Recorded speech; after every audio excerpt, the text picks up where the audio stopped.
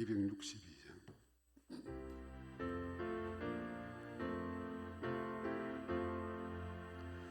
날 구원하신 예수님 영원히 찬송하겠네. 저 죄인으로서 주께 와 죄사유하심 받으라. 구하라 주실 것이요 찾으라 얻을 것이라. 죄중에 상한 영혼을 주 온전하게 하시네.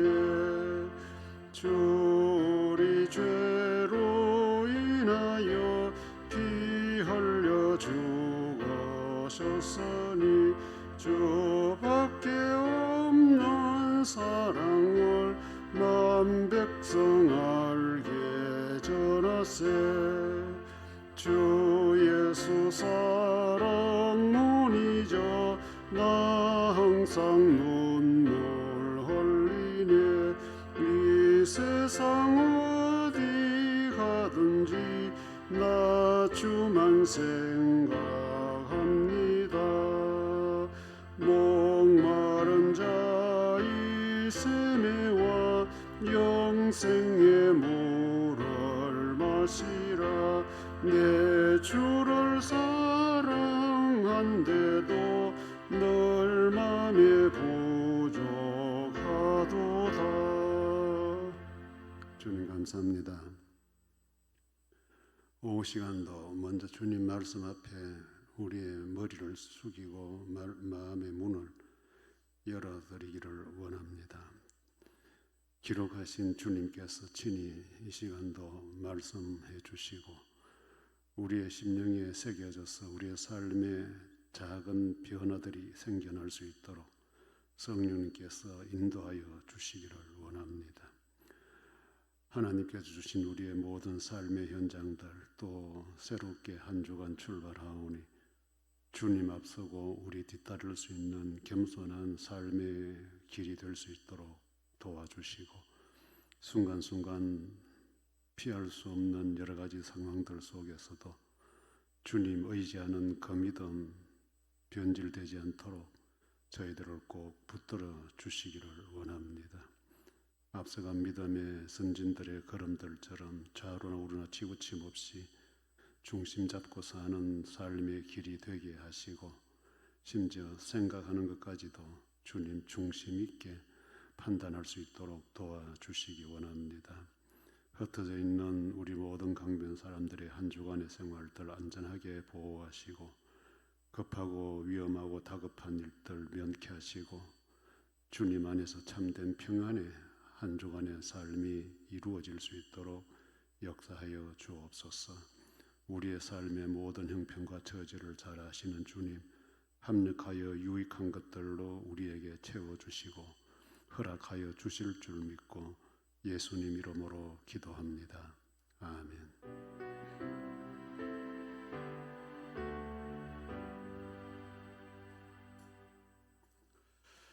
하나님 말씀 사사기 12장 8절 10절. 그 뒤를 이어 베들레헴의 입산이 이스라엘의 사사가 되었더라. 그가 아들 30명과 딸 30명을 두었더니 그가 딸들을 밖으로 시집 보냈고 아들들을 위하여는 밖에서 여자 30명을 데려왔더라. 그가 이스라엘의 사사가 된 지 7년이라. 입산이 죽음에 베들레헴의 장사되었더라. 아멘. 우리가 사는 이 세상은 양면성을 가지고 있습니다. 한쪽만 있는 것이 아니다는 거죠. 이제 하나님께서 창조하신 창조 질서도 양면성을 가지고 있죠. 해와 달이 있고 밤과 낮과 밤이 있고 물과 불이 있고 뭐 이걸 가지고 이제 또 세상에는 또 음양 이론이라는 뭐 이런 것도 학설도 제시하면서 또 그들 나름대로의 어떤 사람들의 뭐 이렇게 장래라든지 이런 걸 또 예측 하려는 사람들도 있는데 뭐 자연 질서도 그렇지만은 우리 사람 사는 것도 사람 세상도 똑같죠. 남과 여라든지 뭐 늙음과 또 젊음 사는 것과 죽음 항상 한쪽 면만 있는 것은 아니고 이쪽이 있으면 저쪽이 있고 안이 있으면 밖이 있고 높은 데가 있으면 또 낮은 데가 있고 뭐 이게 이제 우리 세상의 이치고 또 우리가 경험하는 삶의 이치입니다. 뭐 이걸 좀 더 좁게 이제 우리 개인에게 적용을 해보면 우리 자신들의 생활도 마찬가지죠. 집안이 있고 집 밖이 있고 또 뭐 집안의 생활이 있고 직장 생활이 있고 안과 밖이라는 거, 또 가족이 있고 친구가 있고 뭐 이렇게 일하고 쉬고 이것이 이제 안과 밖이라고 하는 양면성, 이것이 균형을 이제 이룰 때야 건강한 삶이 될 수 있고 또 사람으로 말하면 온전한 인격자가 될 수가 있습니다. 이제 우리가 사는 세상에 항상 문제가 되는 것이 한쪽 면만 보기 때문에 그런 경향이 많이 있어요.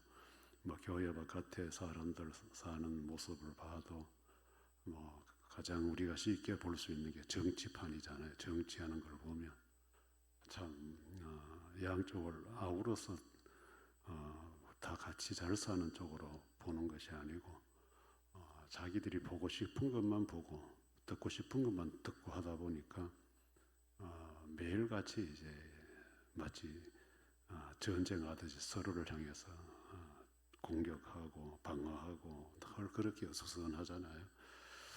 사람의 개인도 마찬가지예요. 저도 여러분들도 뭐 이렇게 노는 것만 즐기면 그것도 문제고 또 일하고 공부하는 것만 해도 또 문제죠. 사람 모든 것이 이제 균형을 유지해야 개인의 생활도 또 가정 생활도 사회 전체 공동체 생활도 마찬가지입니다. 그래서 이 균형을 유지한다는 게 참 힘들지요. 쉽지 않지요. 이제 이걸 이제 중도라고도 이야기하는데 이 균형 감각을 가지고 유지하기가 어려워요. 어느 사람들마다 뭐 어느 한쪽으로 다 치우쳐 있기 때문에. 그러나 대리조선 우리는 한쪽으로 급하게 급진적으로 치우치기보다는 조금 돌아서 볼 수 있는 여유를 가져보는 것은 어떨까. 너무 내가 보고 싶은 것만 보고 듣고 싶은 것만 보고 하고 싶은 것만 하게 되면 또 다른 한쪽을 다 놓쳐버리고 잃어버리게 될 수 있다는 거죠. 오늘 사사 입산이 이제 9번째 사사인데 이 사람이 사사가 돼 7년 이제 사사 역할을 했다고 기록이 되는데 우리 사람은 뭐 무슨 업적 같은 거는 기록이 없어요.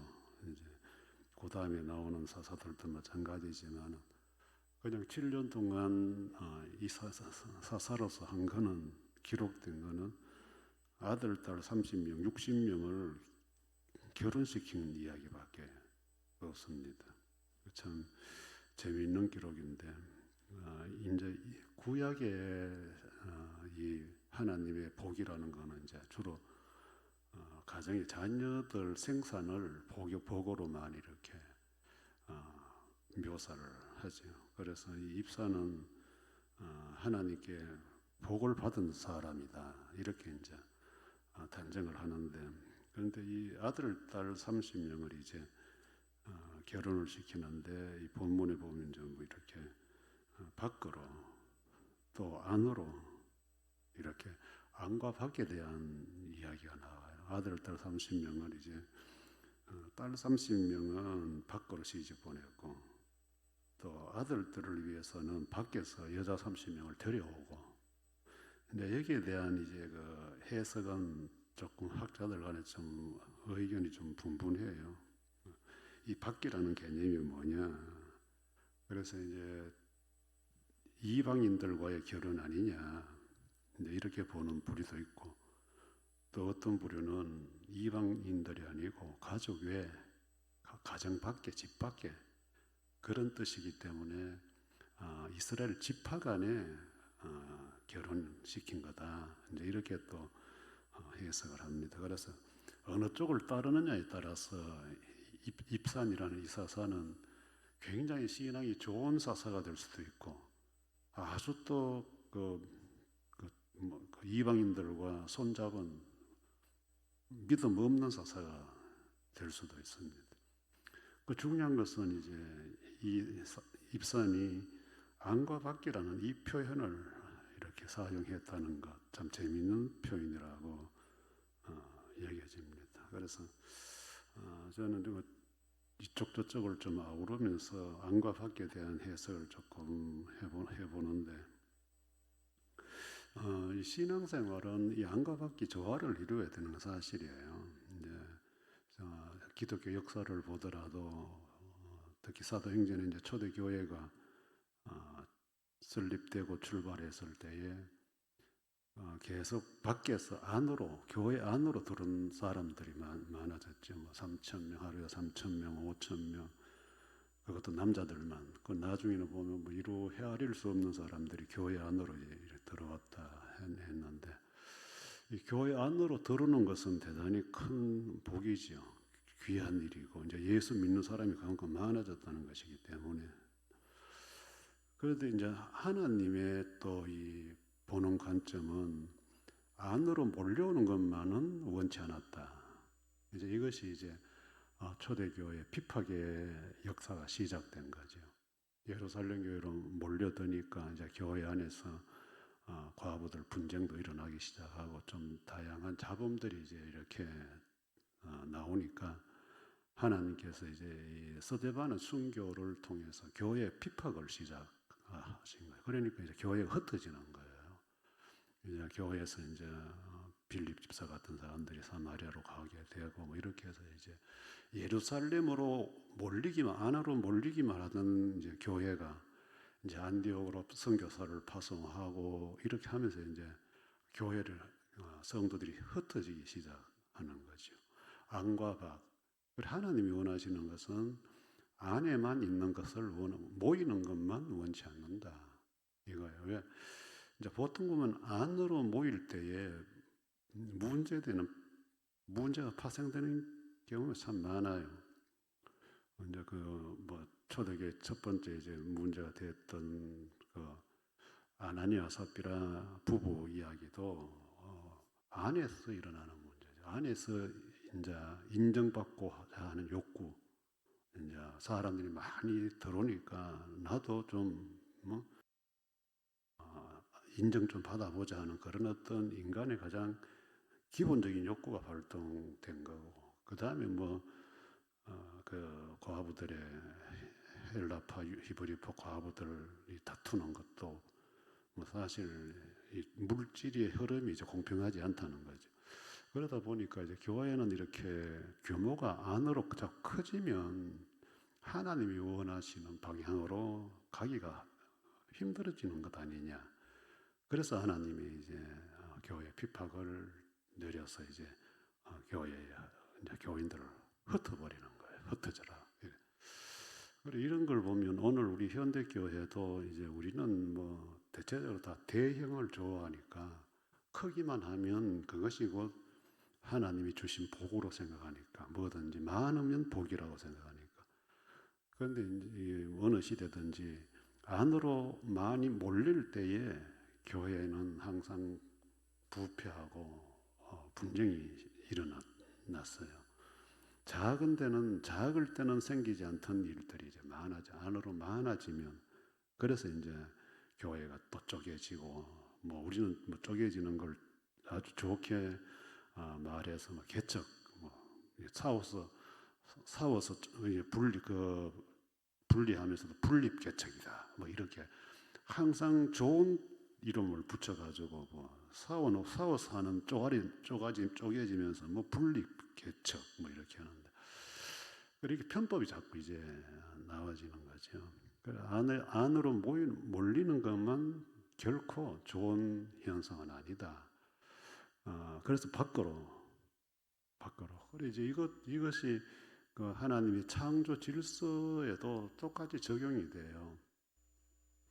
뭐 제가 서론 부분에 뭐 아침이 오고 밤이 오고 밤이 오고 뭐 이렇게 낮이 있으면 밤이 있고 물이 있으면 불이 있고 뭐 이렇게 균형을 유지한다고 했는데 하나님의 이 창조 원리에도 보면 사람은 6일은 개인적으로 일하고 하루는 쉬고 이제 이렇게 이것이 이제 6대 1의 어떤 원리인데 이게 안과 밖이에요. 이제 하루는 안으로 들어오는 거죠. 그 하나님께 이제 제사 드리고 예배 드리기 위해서 안으로 들어오고 6일은 이제 나가는 거예요. 들어오고 나가고 입고하고 출고하고 이게 이제 균형을 잘 맞춰야 건강한 개인이 되는 거예요. 우리가 뭐 물건이든지 뭐 우리가 먹는 음식이든지 이 모든 것은 뭐 냉장고에 들어갈 때가 있고 나올 때가 있고 창고에 물건 들어오면 나올 때가 있고 들어가기만 하고 안 나오면 다 상하는 것이요. 유효기간이 지나고 못 쓰게 되죠.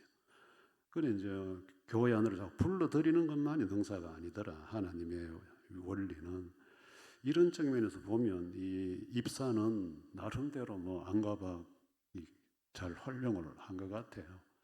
딸은 밖으로 보내고 며느리는 밖에서 안으로 불러들이고 이제 이거 보면 굉장히 뭐 나름대로 균형을 유지한 사사같이 이렇게 보여지는데 이제 아까도 말씀드린 대로 이것이 이방인들이냐 아니냐 여기에 따라서 이제 이 의미는 확연하게 이제 달라집니다.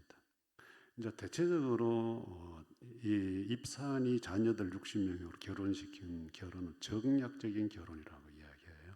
그것이 뭐 이스라엘 다른 지파와의 결혼이든 아니면 이방인과의 결혼이든 이 입사는 굉장히 이 자기 영토, 자기 권력을 확장시키는데 욕심이 있었던 인물 아니냐. 이제 이것이 영적으로는 혼합 정책이라 그래요. 혼합 정책. 뭐 이제 안과 밖을 이렇게 유지를 해서 다 두루두루 손을 잡고 뭐 우리 다 같이 평화롭게 잘 살아보자. 이런 취지는 입산에게 있어서 참 좋은 취지 같지만은 이제 이런 평화 위주의 정략적인 이제 정책을 하다 보면 하나님이 어디 계시냐 이제 이것이 이제 또 관건이 될 수가 있습니다. 그러다 보니까 입사는 안과 밖을 이렇게 이야기하는데 실제적으로는 경계선이 없이 만들어 버린 거예요. 이것이 이제 경계선이 없다는 것은 대단히 위험한 거거든요. 뭐 이것이 이방인들과 결혼하면 더 뭐 문제가 되고 다른 지파들과의 결혼이었다면 각 지파마다 어떤 독특한 나름대로 어떤 문화가 있고 잘 추구하는 게 있는데 이것이 이제 허물어져 버리면 이것도 아니고 저것도 아니고 이제 좋은 게 좋은 거다. 이제 이런 형식이 되다 보면 영적으로 굉장히 문제가 된다. 이제 신앙인들의 이 안과 밖의 기준은 예수 그리스도가 이제 중심이 돼야 되는 거죠. 경계선에는 항상 예수님이 이제 계셔야 되는 거예요. 예수가 밖으로 밀려나서도 안 되고 안으로 훅 들어와서도 안 되는 거죠.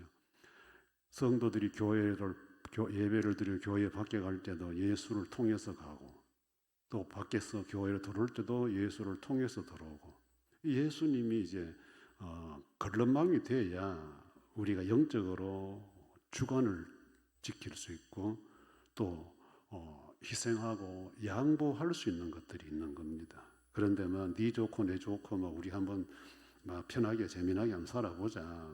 네 아들하고 우리 딸 결혼시키고 우리 사도 맺어가지고 해보자. 이래 돼 버리면 그야말로 이제 인본주의 인간적인 어떤 성향들밖에 안 나타나는 거죠. 그래서 이제 입산의 이 문제는 60명을 7년 동안 결혼을 시켰다면 1년에 8명씩 또는 9명씩을 결혼을 시켜. 그러니까 매달 7년 동안 매달 결혼식을 했다고 이제 볼 수 있죠. 7년 사사로 있으면서 60명을 했다 하면 이렇게 보면 과연 사사로서 역할을, 하나님을 향한 역할을 제대로 했겠나 하는 이제 의문이 생기게 되고, 이제 이것이 영적 문제가 좀 소홀히 했다는 거겠죠.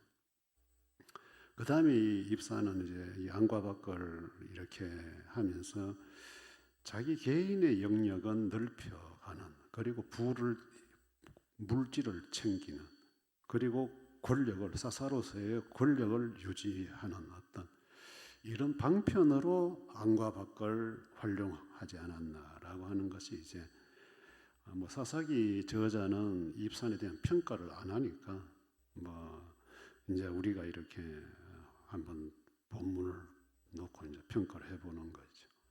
뭐 입산 개인적으로는 성공한 인물이에요. 분명히 이제 60명을 안과 밖으로 했으면 최소 60 부족이든지 뭐 하여튼 이렇게 그 시대의 유지들하고 이 관계를 맺었다면 어느 누구도 입산을 괴롭힐 수가 없는 것이요. 그리고 이거는 이제 입산 개인적으로는 굉장히 이제 성공한 인생이에요. 그러나 이제 그 시대에 하나님이 원하시는 하나님을 향한 신앙은, 영적인 거는 어떻게 됐냐. 이제 뭐 입산에 대해서는 평가가 없지만은 그 뒤에 나오는 또 사사들을 보면 자꾸 이제 영적으로 기울어져 가요. 자꾸. 그리고 입산도 7년밖에 못하고 일찍 죽었다는 거잖아요. 7년밖에 못하고 이랬다는 거는, 이런 현상은 하나님께서 입산의 사사로서의 역할을 오래 지탱시킬 수 없는 뭐가 있지 않았을까. 그래서 이렇게 마무리 지으면서 끝을 낸 거 아니냐 싶습니다. 입산에 대한 학자들마다 조금 견해가 다르게 극과 극을 달리는 부분이 있기 때문에 제가 중간 입장에서 좀 이렇게 정리를 해봤는데, 중요한 것은 안과 밖을 균형을 찾을 때는 항상 우리가 하나가 예수 그리스도가 중심이냐 아니냐는 거예요. 항상 예수 그리스도가 중심에서 이동이 돼야 됩니다. 그래야 우리 안에 예수님이 들어오셔야 되고, 그래야 이 안에 부패가 안 돼요. 바깥에 그냥 들어버리면, 예수 걸리지 않고 그냥 들어버리면 여기는 난장만 돼요. 입산같이 자기 개인의 어떤 그런 장이 되어버려요. 그래 옥신각신하죠. 그리고 또 교회에서 밖으로 나갈 때 예수님과 함께 나가야 우리가 세상에 물들지 않아요. 타협하지 않는다는 거죠. 그런데 바깥으로 나갔는데 손잡고 세상 사람들 하는 거 다 그대로 따라 해버리고 이렇게 버리면 안과 밖에 어떤 의미가 없어져요. 경계선이 없어지기 때문에. 그래서 신앙을 우리가 좀 독보적으로 주관성 있게 간직하고 안과 밖을 균형을 유지하려고 하면, 들을 때도 예수 그리스도를 통해서 들어오고 나갈 때도 예수 그리스도를 통해서 나가면 신앙인으로 우리 일상에도 균형을 유지할 수 있는 신앙인으로 살 수 있지 않을까, 살아가지 않을까라는 생각을 이 본문이 던져주고 있어요. 우리는 안과 밖, 교회, 세상, 집, 직장 이런 거 할 때, 옮겨 왔다 갔다 할 때 예수 그리스도가 어디 계신지 한번 점검하고 확인하는 그런 신앙인으로 살 수 있다면 안과 밖 균형을 유지할 수 있는 신앙인으로 인정받게 되지 않나 확신하는 것입니다. 주 예수 그리스도의 은혜와 하나님의 사랑과 성령의 교통하심이 너희 무리와 함께 있을지어다. 아멘.